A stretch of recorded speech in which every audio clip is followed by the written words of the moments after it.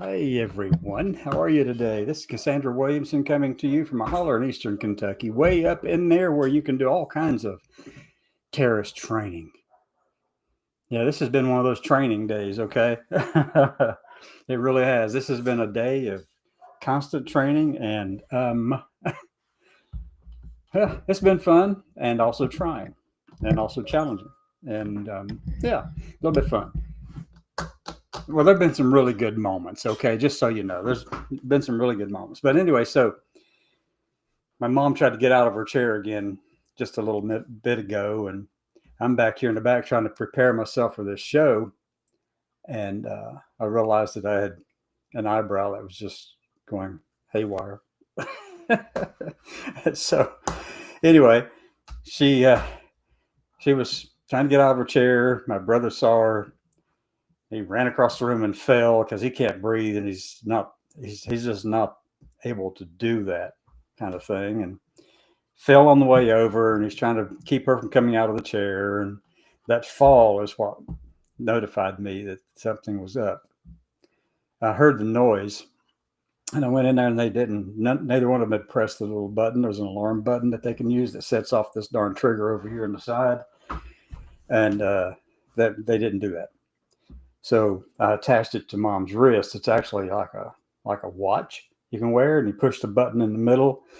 You get to that, and you push it. Somebody does, anyone, and it sets off this horrendous noise back here in the back, which means run. So that occurred this time, and without the alarm.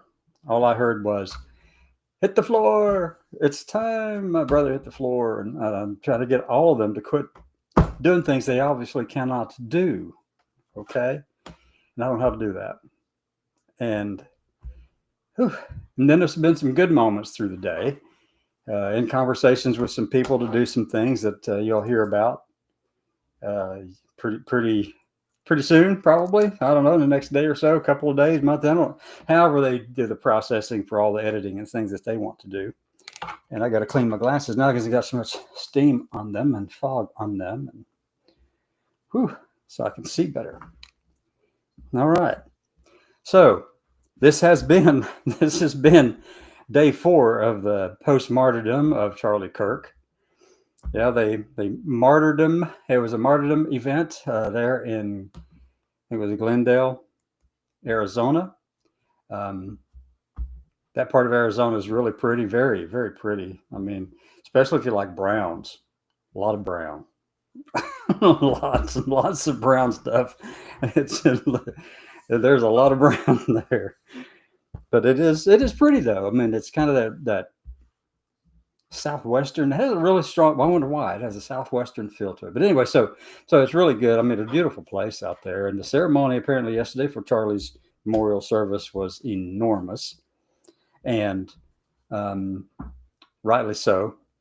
He and I disagreed on just about everything, except for 1 or 2 points. 2 points probably. One is that you should be able to entertain other ideas and talk with people, whether you agree with them or not. You should be able to talk in civil manner with anyone about their beliefs. Now, I do know that in many cases, the editing that occurred with Charlie's videos actually edited out some of the more bully-ish kind of things where you just run over people and try to just inundate them with things that are totally, completely irrelevant, but you just swamp them with everything and make them look like an idiot. But, he was good at that.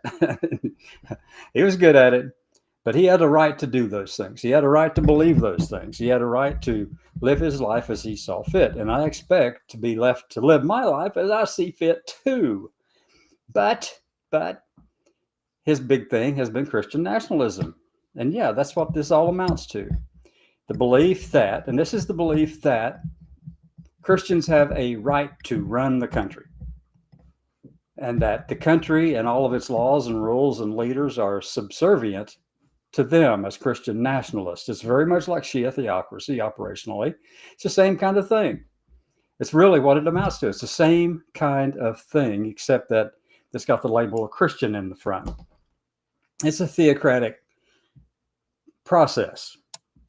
And it's an evolving way of thinking that leads towards an authoritarian kind of state where they want to impose their Christian ideals over the whole country. And this country is very pluralistic, okay? And a lot of us just don't want that. And we don't find that to be anything worthy of our time or effort. And I'd love to be able to sit down with someone and have that conversation.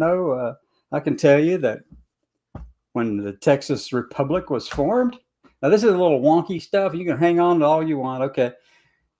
When the Texas Republic was formed, one of the clauses in the Constitution was that no preacher should ever be allowed to be in position of leadership in the state. Yeah, that was a thing back in the early 1800s, in 1836 or so, whenever the Texas Republic was an independent country. And Texas wasn't alone, though. There were states in the Union that actually said the same kind of thing, as statutes and laws or whatever that had been passed to say the same thing. And a handful, I don't know, 5 or 6 roughly, if I'm not mistaken. But the point is, this is not Christian, it's nationalist. Christianity is used as a veneer to make people feel good about what they want to do here. And I mean, there are a lot of really, really bizarre thinking over there. And I don't quite understand it, but one of the things that they really like to do is tell you that theirs is the only true and right way, and that no one else has a right to think independently for themselves unless they agree to their terms first. Charlie, on the other hand, did try to at least entertain the possibility that others were right or wrong, or at least give them a voice. But like I said before, he was he kind of edited out the sections where he forced them. I kind of ran over them with he's very smart and very intelligent person. There's no question of that. And he was entitled to his beliefs. I would defend his right to those beliefs to the very end of my life, because that's what we are in this country, or should be, right? I mean, you're entitled to your beliefs. You're entitled to be who you want to be. And the funniest thing is, J.D. Vance has actually legally changed his name to Vance. And he expects people to call him Vice President Vance. I've legally changed everything about me. Why is it so hard for people not to do that? To see that Vance wants to be called Vance and not Bowman? Fine. But I'm not going to sit here and badger people over the head over it. I mean, it's just, that does not work. that makes enemies. That does not make friends. It doesn't accomplish things to go beating people up over not accepting you for you. They have a right to believe what they want about you. Do I need to say that again? They have a right to believe about you what they want. You can correct them if you want. But the moment you try to force someone to agree to force someone to say and do the things you want them to say and do, which is what Christian nationalists wants to do. But the moment you do that, you lose them. You draw big divides between people.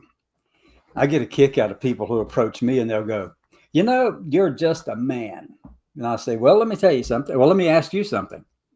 Are you talking about genetic sex or gender?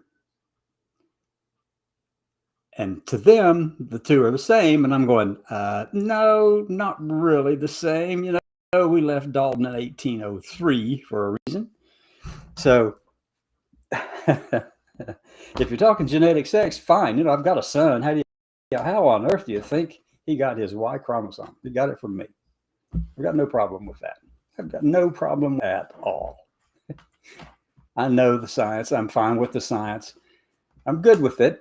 But I also know that gender is different, and that my gender is female, whether or not my voice sounds like it or not. I've got that old Marine Corps trained voice, command voice. It goes, hey, get over there and do that. Clean that gun, soldier. But, I have fun with being me. I really do. I enjoy it. I love kind of encouraging people to think outside of the box a little bit, including people within our own community, my community here as a trans person. But I don't really use the label trans very much, except when I want to get a point across. And even though, completely transitioned, post-op, all of that kind of thing, it's not relevant to me anymore. I am not transitioning. I've made that where I'm where I want to be. Fine. I'm exactly where I want to be. And I'm happy with that. So I'm not transitioning anymore. And I wouldn't wish it on anybody to ever go through what I did or to what any of us have gone through, because it takes a special kind of strength to be able to pull this off and to make it work, to make it through, to be able to have the strength to get through the assault on who you are on a constant and daily basis. It is challenging, folks. It really is. So I would never encourage someone to go down this path. They need to be very darn sure that their gender is not the same as their genetic or biological sex. They need to make very sure of that. Not just a passing thing, sometimes not even a 2 or 3 or 4 or 5, 10-year thing. And here's the other thing. It's actually very malleable. It's not just malleable, but gender is not constant. It can fluctuate. You can go one way or the other. It can be really solidly bi, or it can be really solidly very fluid. Any of those things are possible. And it's not me to tell people how they should be. I don't have that right to tell somebody how they want to be, but I will tell you that I will say very loudly, you better be darn sure that this is the path you want to go down. Because if you don't have the strength of character, the strength of your convictions to be able to stand in the face of the onslaught that we are all facing right now, if you don't have that conviction, if you can't do that, then don't do it. It's not worth it to you. And it's not worth it to me to see you be wounded and hurt and damaged as a part of this. Me, I don't know what it is. I can handle this stuff. And I learned early on in this whole process that once I went public with who I am, I'm either going to go all the way with this and be completely revelatory about who I am, or if I didn't, then I would be one of those people out here trying to crawl around and hide all the time and not accomplish and not help other people and not be there for others. And you know something, that's just not who I am. That's not who I am. And there's a lot of people who cannot do it. And I'm particularly concerned about our trans women of color, because they face the brunt of all of this anger and vitriol, and more so than any other population within the trans community. So that's worrisome to me. They face violent threats to their lives and actual murders at a far greater rate than any other population, any other part of this demographic. So you need to make very sure of who you are. You need to be Marsha Johnson sure. You need to be, if we're talking about the LGBT side of this whole spectrum, you need to be Harvey Milk sure of who you are. And if you want to read a little bit about this stuff, okay, so here we go. I'm going to go show you something. I'm going to go to my website, okay? Hold on, because I want you to go to the website. Here's the website address. Go to this website and go to the menu button and find these things. I'm going to show you. Let me go over here and find my page. And we're going to go take a look, because over on the blog side, a couple of things that, that should help, hopefully will help, kind of help you get through all of this stuff. It's trying. It is troubling a lot of times, this stuff that we see happening around us. We see all kinds of things that are going on that give us pause and give us deep concern over what's going on. So we have to be really careful about all of this. We've got to be thinking about what tomorrow holds for us and how much we are willing to put into it to make our tomorrows safe for ourselves and others. And that's the trick. But I can tell you some things that are not working. One is we can sue the crap out of them and stop all this stuff, but that's not their game. Their game is to throw as much as they can at the wall and hope something sticks. If they get something to stick next week, they will throw more at the wall, including that part, and see how much more sticks. And they're establishing a precedent. They keep doing these things and just over and over and try the same thing. They go a different way and try it again and try this and try that. They want something to stick, and they will build on whatever sticks to get to their goal. They may have to adapt along the way, but they will get there eventually because they have the power. They're the ones who have the power in the House, the Senate, and the White House. They've got the media that's cowed to them right now. If you're going out in the street and protesting and marching and all that kind of thing, and it builds your camaraderie, it builds your connectivity with the community, sure, it gives you a sense of connection and belonging, but it doesn't really affect a thing. It doesn't change anything. What they are going to do, they're going to do regardless of how loudly you protest. And here's the biggest part that I have a real problem and challenge with, okay, is people in this community have a tendency to be really strongly out there. They're very, very vocal about a lot of things sometimes in groups, rarely on their own. But they get in these groups and these echo chambers, and they think that they know it all inside that echo chamber, and they have not once talked to somebody outside of that chamber. They haven't engaged communities. They haven't stood in the middle of the street saying, hey, look, I live here just as much as you do. This is my community right here in Appalachia. As a trans terrorist in these hills, I'm calling myself a trans terrorist, and I've sent messages to Bondi and Cash Patel and all of these people. Add me to the top of your list. If you're going to create a terrorist list for transgender activists, well, do I need to call them up and let them know that, hey, I'm one of those right here. I got that one. Come on down. See if I can squeeze you in and taking care of my mom and brother and sister and cousin.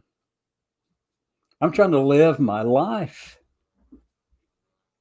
I know what I can accomplish. I know what can't be done. And I know the effectiveness of a lot of these things. I don't pretend to know it all. I know there are people out there doing some great things. I'm particularly impressed by some friends of mine who are running for different offices in Maryland and different places around the country and doing some great things, focusing on solving problems in the community, like Danica Rahm did in Virginia. She focused on fixing that road, regardless of how much was thrown at her from her opponent, trying to tag her with all of this stuff about trans people. Danica was really strong. She knew what she was doing.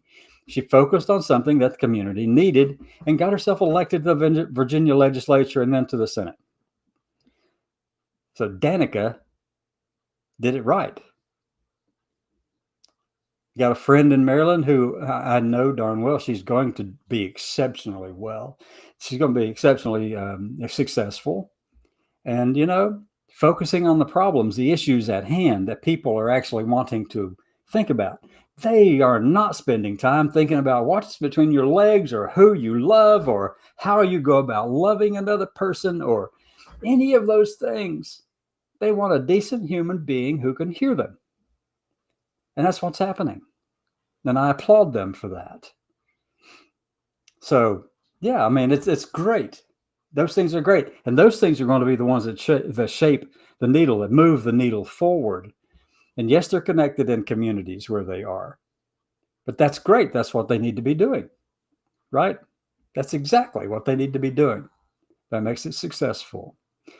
So we've got a long way to go. You're not going to change a lot of things. And the thing that actually is going to work against us, though, if someone in the community, out of the 1.5 million of us in this country, the one person that does something horrendous,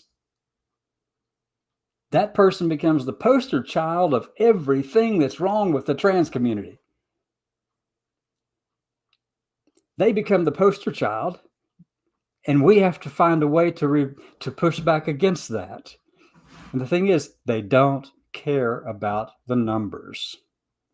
You can talk your head off about all the numbers, all the violence that's committed by, 98% of all violent crimes are committed by people other than who are not trans, who are not transgender. 98, that's not even 98. It's like 99.8%.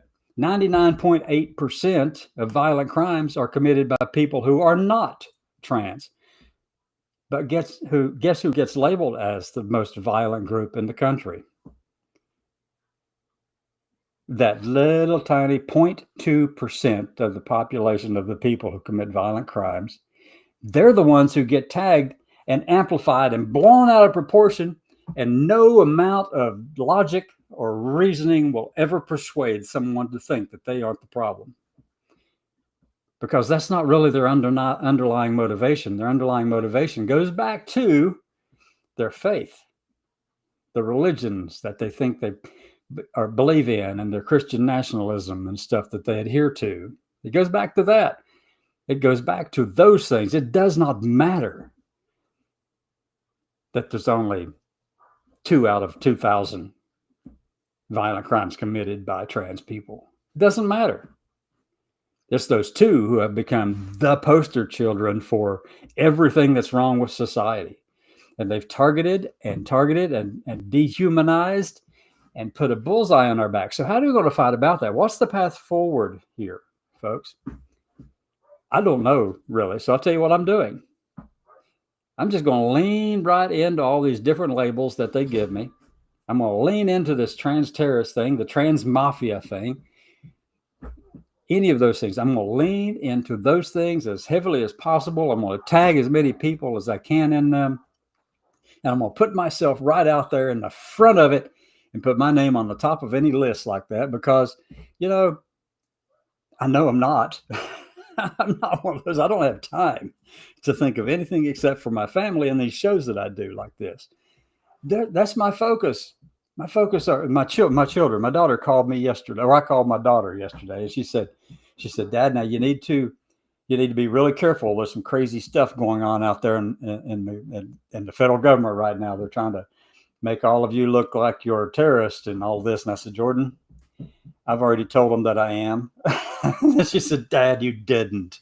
And I said, yeah, I've made a point of putting myself right out there in the front of it.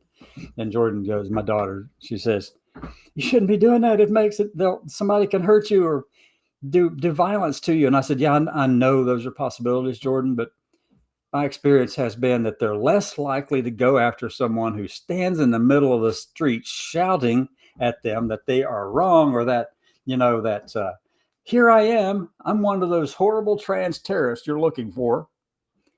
I'm on the top of your list. Come on, add me in there, because we are going to have this moonshine struggle. All in between me fixing supper and breakfast and lunch for family right here that I'm taking care of.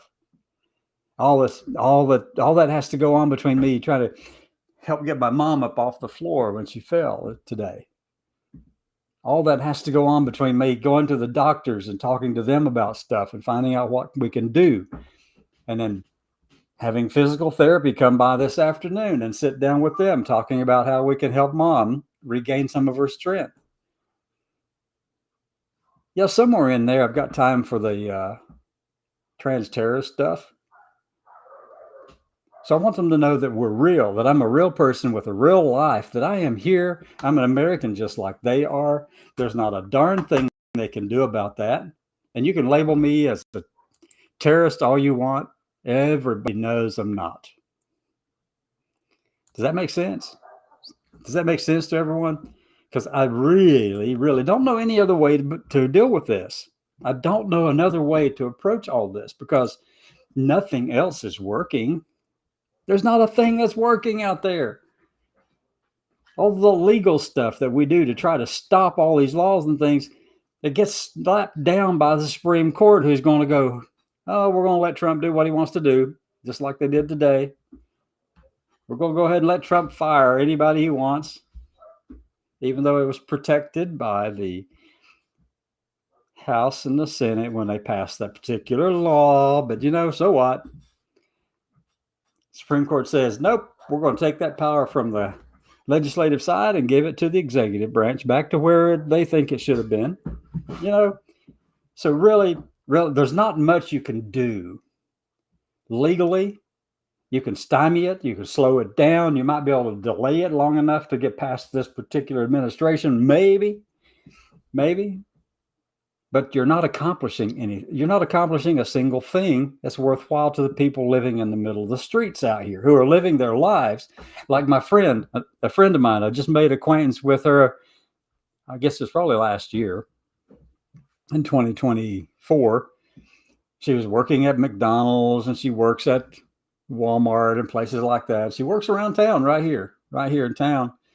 And one day I see her in Walmart, and she said, I just want you to know that I'm also a trans person. I go, yeah, really? That's cool. That's awesome. And then over this past weekend, they stopped me. As I'm walking through the store, wherever it was. I saw them, and we recognize. I mean, we're all friends and buddies now. And they said, guess what I proposed. I'm getting married. And I'm going, yeah, that's awesome. That's awesome. Congratulations. Just living their daily lives and not worrying about the crap that we have no influence over. And those of us who can do something about it, we're just here trying to, point all this out. We have lives to live. We're Americans, just like everybody else. We're not into this to give anyone a hard time, not to threaten your beliefs. If we threaten your beliefs, that falls on you. We're just living our life. What's the deal with that? I don't really know. No. So that's where we are these days, folks. That's where we are. Lives just to enjoy their lives, have fun with their relationships and their families, to build a family or whatever it is they want to do, to make a little money, to be happy.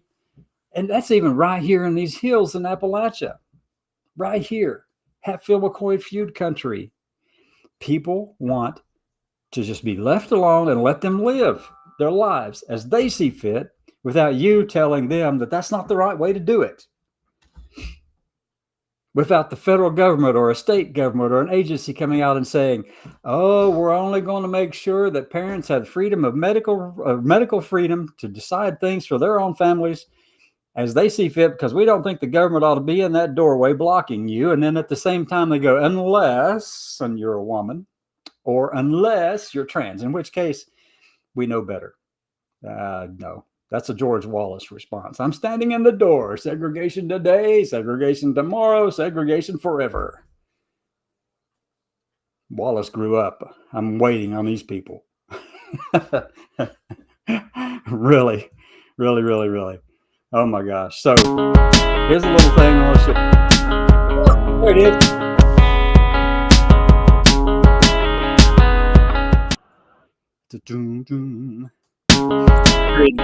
Actually, it's Ronnie Jackson and Nancy Mace.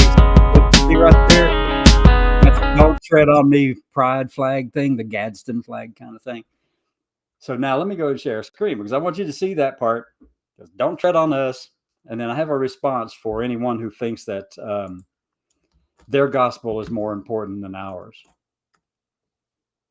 You ready? Let me go over here. Yeah, had a busy day yesterday. I wrote a few things and also came out and created 2 new gospels.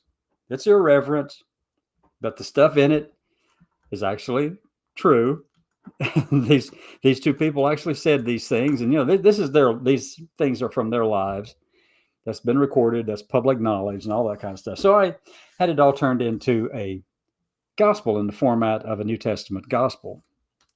So I didn't have it translated into the King James version. I could have, and it would have come across as if it fit right into the King James Bible.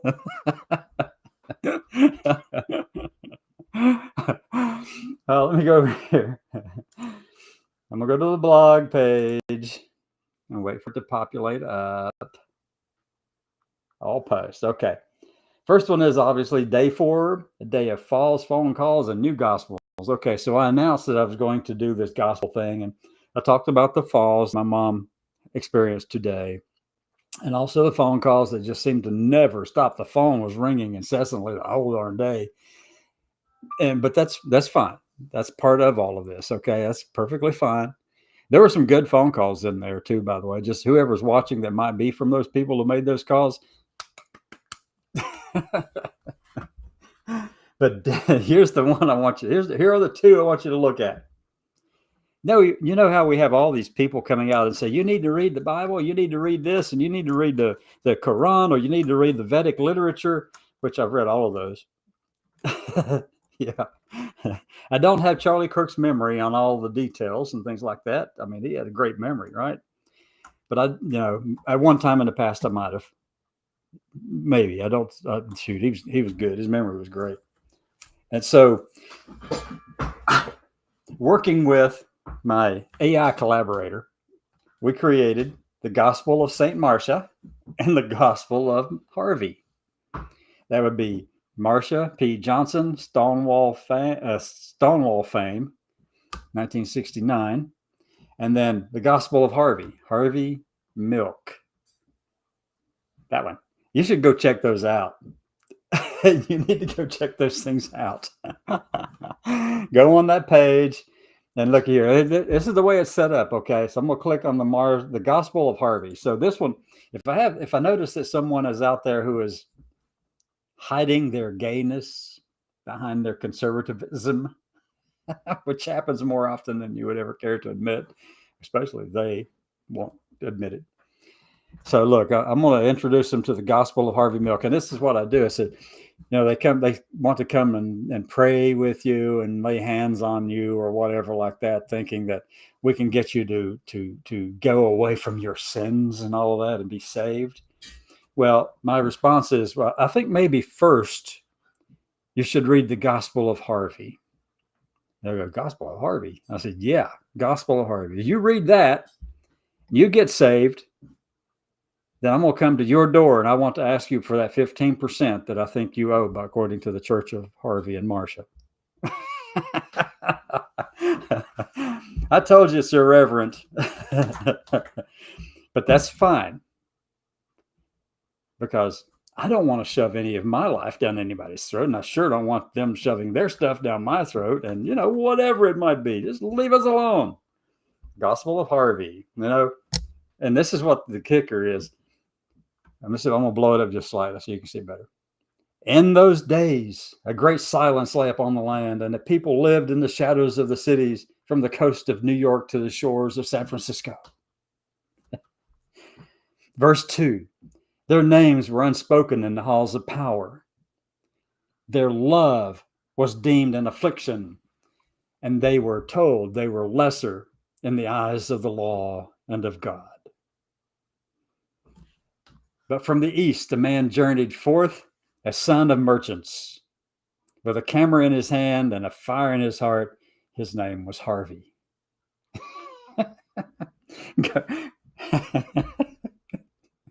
He came to the place they called the Castro. That's where he moved to San Francisco, if you don't know, which would become his Galilee. And he saw the fear in the hearts of his people. And he opened his shop, which was a sanctuary. And he stood upon the street corner, which was his pulpit. And he lifted up his voice, saying, I am not a candidate. I am a part of the movement. The movement is the thing. You need to read the rest. It's only like 2 pages long. It's a 4-minute read, okay? And these are things that came from Harvey Milk's life. Now, the same thing is true for this one over here. When we go back to now, we're talking about Harvey Milk, okay? You should know who that is, I hope. All right, let's go back over to the blogs here again. We're going to pick up on the next one, I think. Okay, blog. We're going to go down to the Gospel of St. Marcia. Ta-da. I mean, it's written in a kind of comical way. And I think you can find a lot in here that's actually true to character, true to allowing people to live as themselves, folks. That's the whole thing, right? Just let people live. Come on. What's so hard about that? Why is it any of your business how those people live, how anyone lives? Do you go to your neighbor over there and say, hey, look, now, you shouldn't put that flag there. Oh, wait a minute. If you're in an HOA, they probably will. Or you shouldn't put that flower over there in that particular spot in your yard. Oh, wait a minute. That's if you live in an HOA, they might. Don't fly that pride flag right there on that corner, because the only flag you can have is the welcome flag. Not the pride welcome. Not even the US flag. Yeah, there are places where it's like that, but we don't want to be like that, right? We don't want to be like that. I mean, it does improve the value of the land, but at what cost? So, in the beginning, let's blow this one up. This is the Gospel of Saint Marcia. In the beginning was the Spirit, and the Spirit danced in the streets of a city of stone, and the darkness could not overcome it. The Spirit wore flowers in her hair and the jewels that cost nothing, for she was clothed in defiance and grace. And the Spirit was made flesh, and her name was Marcia, and her name, being interpreted, is pay it no mind. For she was a mother to the children of the city had forgotten, a healer to the wounded, whose laughter was a prayer against despair. She made her home with the outcast, and her temple on the pavement of Christopher Street. The officers of the law knew her, and the powerful scorned her, but the lost knew her as their own. The world had no place for her, so she made a place for the world. She was a witness to the spark. This is the account of her life, and of the night the spark became a fire, and how she taught the people not with scripture, but with joy. If you want to read the rest, go to the website. It's over there. Go check it out. Go check it out. You should. And you can find it here. So everybody, I hope you have a great day. I got to go check on Mom. She was having some difficulty right before all this started, but I did put that alarm on her wrist and put her in a wheelchair and wheel her over to the table, because she was trying to get up again, and which caused my brother to go running, and he can't do that because he doesn't have the wind or the energy to even do those kind of things, and he's on the floor. Mom's about to fall into the floor. So I got to go check on everybody. So come back tomorrow, folks, at noon for Midday with Cassandra, and tomorrow evening at 6 p.m. Eastern for the Path Forward. And remember, the Path Forward is in your hands. It really is. You have the power to determine your own future.